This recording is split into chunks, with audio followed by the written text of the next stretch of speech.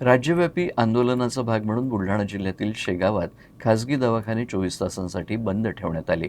तसंच तहसीलदारांना निवेदन देऊन हा निर्णय तातडीनं मागे घेण्याची मागणी करण्यात आली. या संदर्भातील संबंधित शासकीय विभाग आणि मंत्रालयाकडे अनेकदा निवेदनं, पत्रव्यवहार आणि पत्रपरिषदांद्वारे चिंता व्यक्त करण्यात आली. तरीही वैद्यकीय क्षेत्रातील या चिंतेकडे पुरेसे लक्ष देण्यात आलं नाही. यामुळे गुरुवारी बुलढाणा जिल्ह्यातील शेगावात सकाळी 6 ते बुधवारी सकाळी 6 पर्यंत आयएमएनं सेवा बंद करण्याचा निर्णय घेतला. सार्वजनिक आरोग्याच्या व्यापक हितासाठी आणि पुराव्यावर आधारित आधुनिक वैद्यकीय पद्धतींचे मानदंड जपण्यासाठी हे निषेध आंदोलन करण्याचा निर्णय घेत असल्याचं आयएमएनं सांगितलंय. 3 ऑगस्टच्या शासन निर्णयानुसार 1 वर्षाचं प्रमाणपत्र कोर्स पूर्ण केलेल्या होमिओपॅथी डॉक्टरांना ॲलोपॅथी प्रॅक्टिस करण्याची परवानगी देण्यात आली आहे. या निर्णयाच्या विरोधात डॉक्टरांनी 1 दिवसाचा वैद्यकीय सेवा बहिष्कार जाहीर केला.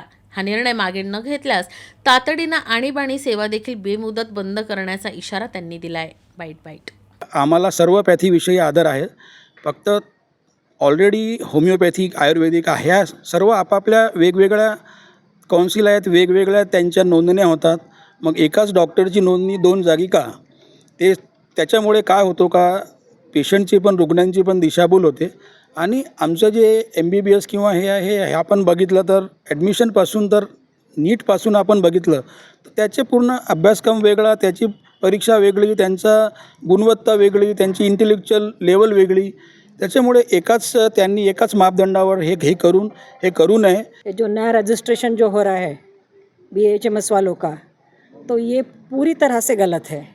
इतने साल से हम लोग पढ़े हैं, कितने साल पढ़ाई को दिए हैं, उसके बाद PG करने में इतने साल गए हैं, और ये पढ़ाई और उनकी पढ़ाई हम बराबर नहीं हो सकती. क्योंकि ठीक है, ये सब पैथियाँ सब अलग अलग है. ये सब पैथियाँ जब अलग अलग है तो उनका ट्रीटमेंट का माध्यम भी अलग होना चाहिए. क्यों बनाए अलग अलग पैथियाँ भाई? जैसे अगर BMS वालों का जो कंटेंट है उनका फार्मेसी का, तो उनको अलग तरीके से सिखाया जाता है. DHMS वालों को अलग सिखाया जाता है. तो लेकिन अभी तक भी ये पैथी लोग फॉलो कर रहे हैं. लेकिन अभी जो सरकार कर रही है ये पूरी तरह से गलत है, क्योंकि इन लोगों को हमारे कैलिबर में बिठा रही है. तो ये पूरी तरह से गलत है और इसका हम सभी लोग निषेध करते हैं.